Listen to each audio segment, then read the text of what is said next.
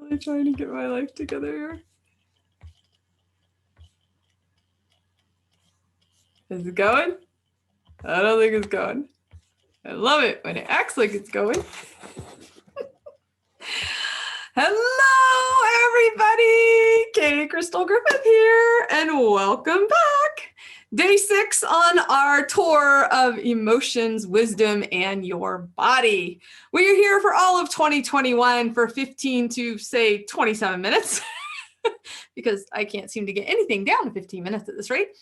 Each day bringing you a new emotion, the effects on the body, how to counteract some of those effects if they're negative, and the wisdom of how to process those emotions. So let's get started. Today, we are talking about surprise. I know.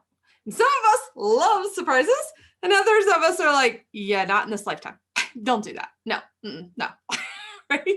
So I want to remind you of my disclaimer. I am not a doctor. I am a researcher, and we are here for your edification, your education, and your encouragement. So let's think about those surprises for a second. So a surprise is a brief mental or physiological state, a startled response experienced by animals and by humans as a result of an unexpected event. That could be good or it could be bad. So surprise can be a sense of astonishment, wonder, amazement that is caused by something sudden or unexpected. The experience of the surprise varies with the importance of the outcome, as well as beliefs about the outcome. So if you think that a surprise party would be an amazing event, then you're probably always going to want one. But if you think a surprise party it is going to be torturous and you don't like surprises for whatever that reason is, then a surprise party could probably push you over the edge. So we shouldn't do that. So negative and positive. Yep, we have a lot of those this week, don't we? So whether it's a mugger, which we do not want to be in the middle of, or a friend who jumps out of the bushes and tries to, grab you, play capture the flag, push you in a snow pile, or your teenage child trying to put snow down the back of your shirt. She may not live to see her next birthday after that one. Right? Either way, your response is going to be to flee or to hug, except your commuter. And then you're just like, push them back in the snow, right? So you're going to get a very different response from surprise based on that outcome of belief, what you're expecting that surprise to do to you or for you, right? Oh, going the wrong way too. So as well as a surprise could be neutral. It could be just something that you realize is there and you're not quite sure what to do with it, but okay, we're good with it. So a lot of people, case in point today, I heard from my mentor today that he was running this big challenge and then he found out that his Facebook ads got shut down today. This is like a 60,000 person support group here that he's doing this challenge in. Losing your Facebook ads in the middle of a 30-day challenge, that's not a good plan. So he could have lost his mind over it, but he was like, instead, okay, God, what are we up to? So instead of stressing about it, he did everything that he could in that moment and then said, we're pressing on and we're pressing forward. What's the lesson I could learn in the middle of it? So sometimes those unexpected surprises that are not the good kind, or they tend to bring a little more stress to your life, those are the ones that we really do want to pay attention to because they can cause a lot of physiological effects if we don't take the right approach to them. So what are some of those physiological effects? So surprise, because it can have those varying levels of super great to holy moly, what just happened? Right? Especially if it's a car accident, those suspense films. I love suspense films. I am not the horror person. I don't care to entertain those thoughts and those ideas in my head. Got too involved in those as a little kid and couldn't sleep for about 2 weeks. I said, nope, never doing those again. But the suspense stuff like Mary Higgins Clark and Alfred Hitchcock and Twilight Zone, those were always fun because you could just feel that suspense building, but you're like, I'm still trying to figure out the puzzle before it tells me. So I like those suspensing. Sherlock Holmes is another good one for that. So if you have varying ranges from very surprised or really scary, they could induce that fight or flight response. Or a very little surprise could even still elicit that response. So a lot of people don't realize that, but the response is the same. Again, it's just how intense is the response based on the stimuli that they process in. So the amygdala is known to be the brain center, and that brain center processes the emotional substance of that sensory input. So that sensory input, remember, comes through all 5 of your senses. I'm going to see if I can remember them all tonight. So your touch, your taste, your feeling, your hearing, and your seeing. Oh, I did it today. All right. So all 5 of your sensory inputs. And that helps shape the behavioral response to that input. So using all of those senses. Now, here's the cool thing. If you lose one of your senses, and I know with our current little virus here, a lot of people have lost their sense of taste. And so that's kind of one way that they know whether they have the virus or not. Way cheaper than that test, I suspect, and probably way more accurate. But anyways, so if we lose one of our senses, guess what happens to the other 4? They kind of kick in and heighten that awareness in the other 4 realms. So it's, even though you might lose one, you still have the other 4 to compensate for that other one. So that sensory input is going to help shape your response of that surprise. So surprises actually cause humans to physically freeze. Remember that little statue game? Freeze for a 1/25th of a second. Yeah, we can't freeze that fast on purpose. But then that usually triggers something in the brain that in that moment that causes humans to generate some curiosity, like, what was that? Right? In an attempt to figure out what's happening. So do you remember we've talked about anticipation already? We've talked about fear. And I gave a little example last night about seeing a spot move on the floor. And that's a surprise initially, right? And then when we realize what the spot is that's actually moving on the floor, and it wasn't a dust bunny, then we move into the maybe the fear factor if you don't like those particular things moving on the floor or whatever they are, right? So, but that surprise is that initial factor, typically of something that's out of the blue that can create a trigger of fear as well. So the main function of surprise, or that startled response, is to interpret that ongoing action and then reorient your brain to attention to maybe something significant. Maybe you need to pay attention. For example, we had a gunshot over here many months ago, thank goodness. And, it's at 10:30 at night. And then we heard 2 more. And so my neighbor texts me, he's like, "You guys okay?" And I'm like, "Yeah, but that was close. So let's just, check that out a little bit." So, I just kind of walked out on my back deck, which is surrounded by kind of a big wall. And I'm just kind of looking, seeing what's going on. And about 5 minutes later, here come the cops straight down the road. So they were going to check it out. But in that moment of surprise, are you expecting that at 10, 10:30, 11 o'clock at night, like to hear gunshots, right? No, but you have been so predisposed to knowing what that noise was. You knew exactly what the noise was, but you're like, but it's not at the right time. So that's what causes a surprise in you. So even though you might recognize it, you weren't expecting it right then. So take, for example, if you come home and there's like music blaring, like you recognize it as music, but then you're questioning like, who's in my house? Why are they playing music? Right? So then it goes into the surprise piece.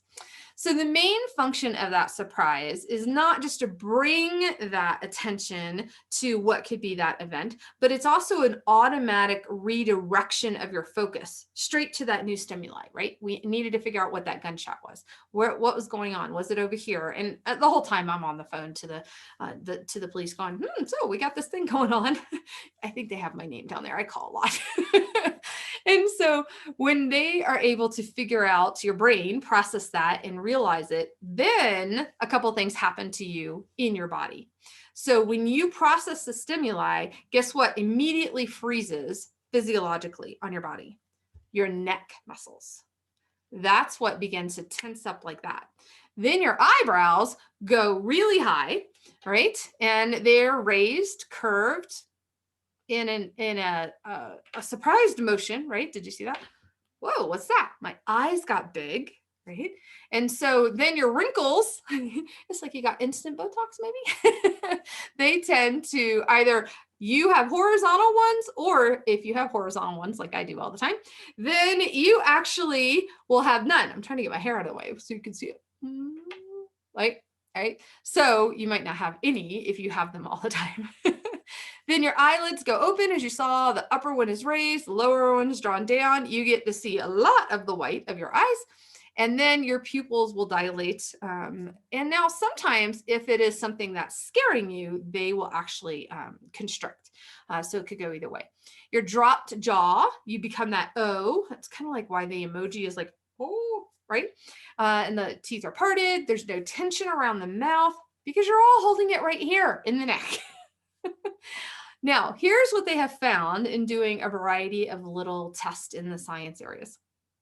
Unexpected rewards, things that you are not expecting at all, have led to greater firing of those hormones that then bring pleasure into your brain center. So that surprise party, in the grand scheme of things, whether you want one or not, actually does do something good for you because it's an unexpected reward. Now, if you just have in your head that surprise party is going to be a total bomb and something's going to go awry, then that is not a reward to you. That's a trauma to you, and we don't want to bring more of those. So that's why, folks, if somebody in your family says they don't like surprise party, the best thing for you to do is not try and give them one. That's a lot like the kid who doesn't like water and you decide to teach them how to swim by throwing them in the pool. Coming from a former lifeguard trainer, please do not do that. We don't like you when you do that. Okay. That is not the best way to teach swimming. And it tends to like make our job really hard later. So now what if you have too much emotion? Can you have too much surprise? Can it be too much of a good thing? Now, I suspect you have all heard some stories along the way that some people were doing some things and somebody died in the middle of those situations because they had adrenaline hormones running. That can happen, but it wasn't from the surprise. So what happens is you have startling news or an event or an action that causes the body to produce massive amounts of stress hormones, which includes adrenaline. Okay, so that action we're talking about that some people have not come away from before, right? That's really from the adrenaline piece, not necessarily from the trauma piece, right? And that in turn, that adrenaline, no matter how it gets there and goes, it turns these narrow main arteries that supply your heart. So it constricts the blood flow to your heart, basically. So once those arteries are narrowed, the heart's main pumping chamber becomes paralyzed, causing a change in the rhythm akin to a heart attack. So it may seem very similar to a panic attack, which those can happen with a surprise, especially if you are prone to panic attacks and your heart is just like racing out of your chest and maybe you get the little shakes and things like that. So again, back to the too much emotion, that's when we need to bring that down. We need to re-regulate the brain. We need to get it from downstairs brain to upstairs brain. And we've talked in the last couple of videos about all kinds of tips and tools to do that. So whether it is positive or negative, you could experience some breathing things, whether rapid or super fast, right? Hyperventilating is never a good thing. So we need to bring that back down as well. So we don't want those chest pains because those arteries are narrowing. It feels like a heart attack. Now, here's the thing. I would not also, though, dismiss ever any chest pains from being a CPR trainer as well. It's super important that you do know what to look for. Now, that's not this video, but I want to encourage you to read up on what those actual symptoms look like for a stroke and for chest pain, for a heart attack and things like that. It could be angina, but because of surprise and whether it could go good or bad, you definitely just want to pay attention to that. So make sure you review those. So this overload to your heart literally can cause your heart to break, right? That's crazy, right? So we always thought they were dying of a broken heart from grief, but what they're dying of from a broken heart is actually surprise. Yeah, I know. These emotions, man, they're just like crazy, aren't they? And that can occur, here's the kicker, within minutes of hearing some news or hours later. Now, there have been people, for example, my mom was pregnant with me. They had several situations where they had lost some kids along the way. And so when she was pregnant with me, and it was like, I think it was like February, I was born in a May, and she lost her dad.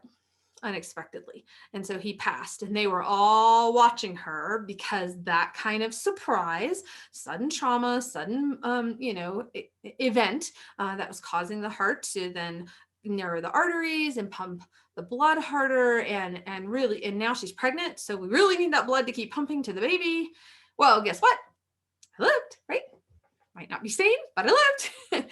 So, they just kept a watch on her and tried to bring her stress level down as quickly as possible.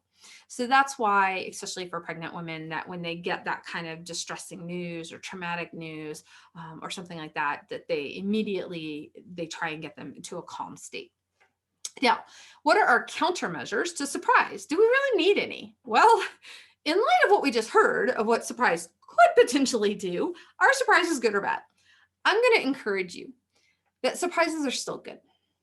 I'm going to encourage you that unexpected moments are opportunities, not only to learn, but to grow and to gain new strength and new direction, and perhaps even start new chapters that you never would have started otherwise. And that's whether those surprises are good, bad, or indifferent. And so I just want to encourage you, if you are also the guest of honor, receive those accolades. Would you receive being celebrated? Because these people who are around you to celebrate your birthday, they love you, or they wouldn't have shown up. And now, mind you, there could be some good drinks or dips or something like that, but I suspect that is not why they decided to spend their evening honoring you. They did it because they like you, right? I would dare to say they probably love you in some capacity as a relationship, as a friendship or a family member or something like that. So receive some celebration. We often think that if we do receive those accolades, then we're being arrogant or we're not being humble. And I don't think that's the case. I think, folks, that we don't celebrate ourselves enough. Now, let me just qualify that. We work really hard. And when we work hard, we should take a moment to celebrate where we were and where we've come. And where we've come to may not be everything that you expected. So, for example, the summit that I was putting together last summer, and I was supposed to have 21 speakers on it. I ended up with 11, but I still can look back in that moment that my kid was having 4 or 5 major health things happen. And in that moment, I was like, I still did that. I can look back and go, I did that. I did that. I was very excited that I got that done. And it was wealth of information, and it's so powerful to hear all those tips and tricks on advocacy. And if you want some more information on that, just ping me. But that, Medical Mom Warriors was such a great experience for me, even in the midst of the chaos, because now I can look back and go, I did that. That was awesome. And I learned so much. So just give yourself those kudos because you deserve it. Okay, guys? Now, let's just think, some of us, though, we really don't like surprises. And it's really rooted more in that fear than the surprise about the outcome of what those surprises bring. So I just want to speak to your hearts for a second. For those who have had the doorbell ring that brought horrible, devastating news. I remember I was helping a friend next door. I came in, my phone had, this is when we had answering machines. My phone machine was blinking, and I clicked it. And the first words were, "Hi, this is the Mississippi State Police. This is Officer so-and-so. Your husband's been in a car accident." And, nothing prepares you for those noises. Nothing. I knew enough to call his family, my family, and call my friend to come pick me up. I knew I shouldn't drive. I knew I was going to be crazy. And so I want to encourage you, when you are in those moments, to reach out for help, because they can help you. They can keep you calm. Now, mind you, I almost started walking to the front gate. We were living on a military base at the time. She was so lost. So, I went out to go find her. I got some energy out, and then I was able to just let her drive and let me focus on how to enter into what I was about to face. It is never a good thing to get some of those phone calls or to get some of those doorbells or to see flashing lights in your rearview mirror, because that's a surprise too, right? And it does create that effect. So how do we counteract that? Do you remember our conversation has been about peace, about keeping your peace, who is the Prince of Peace within you, right? Jesus. And when we have him within us, then we overwhelm the chaos around us. And I wish I had had that word so many times in my life when chaos was erupting. But I get it now. And I get some of the things that God did for me in those chaotic situations, in those moments of surprises that were good and bad, to keep me on the path moving forward for where I needed to go. So I just want to encourage you guys with this. So our verses today are a little different. So I kind of want to share two stories with you, and I'm not going to go through the whole stories, but the first one is when Samuel heard from the Lord. Now, this is the Old Testament, and this is in 1 Samuel 3, and the Lord was basically, Samuel was in bed. He was a young kid who was working in the temple, and he was serving Eli, and God called to him in the middle of the night. Now, this is the creator of the universe saying, Samuel, Samuel. Yeah, that would be a surprise. First of all, I'm asleep. Second of all, who's calling my name, right? So Samuel, in what he thought it was Eli calling him because he was there to serve Eli. So he'd get up, he'd run over to Eli and go, I'm here. And Eli's like, I didn't call you, go to sleep. Poor Eli's getting a surprise at this point. Like, what is this boy doing in the middle of the night? I'm just trying to sleep here, right? And so then Samuel goes back to bed and the Lord calls again, Samuel. Samuel jumps up because now he's kind of awake, right? He's got a little shot of adrenaline going and he's had to walk in the middle of the night. And back then it wasn't like you could flip a switch. He had to light the light and then he had to walk kind of thing. And then he jumps out of bed, runs to Eli and he goes, here I am. And Eli was like, no, I didn't call you. Happens a third time. And God says, Samuel. And Samuel goes, I don't know what it is. And he runs to Eli and Eli finally catches a clue because now he's probably wide awake. And he realizes it's God calling. And he says, when this voice calls you again, say, I am here, right? Speak to me. I'm here, Lord. And so from that, he becomes this amazing prophet for Israel and really throughout the ages. So then the other story I wanted to share with you is just a short idea. I want you to imagine that you're out in a field. It's the middle of the night.